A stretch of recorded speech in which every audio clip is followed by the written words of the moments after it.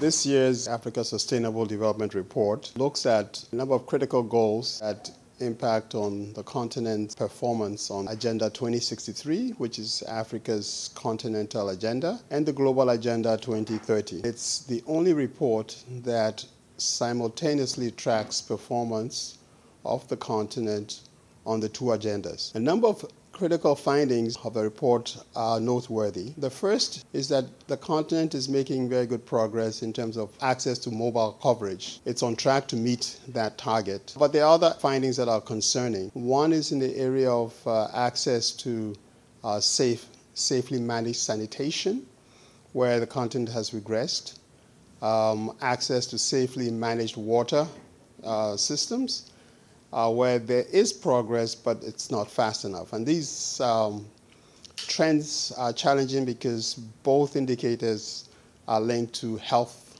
outcomes. The second is in the area of energy, where the findings are positive in the sense that the renewable energy mix is about 57%, which is much higher than the global average of 19%. However, there's been a slight retrogression on that indicator, and most of our renewable energy is actually in the area of hydro. So the message here is the need to further diversify and leverage our other natural assets, such as solar and wind power, so that we can take advantage of our green resources. Our third, which is quite important, is in the area of financing.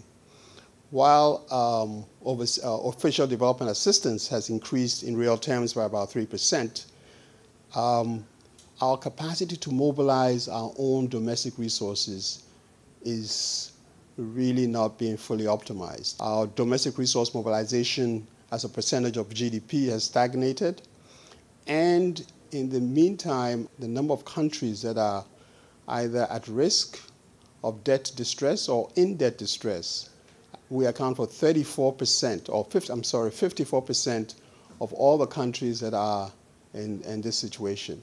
So that's concerning. Our debt service costs are on the rise, and this has implications for how we finance our development going forward. On the bright side, the continent has a number of natural assets. Our carbon sinks, our green minerals constitute a potential source of domestic financing because we can leverage cobalt, lithium, add value to those products to improve and generate more resources.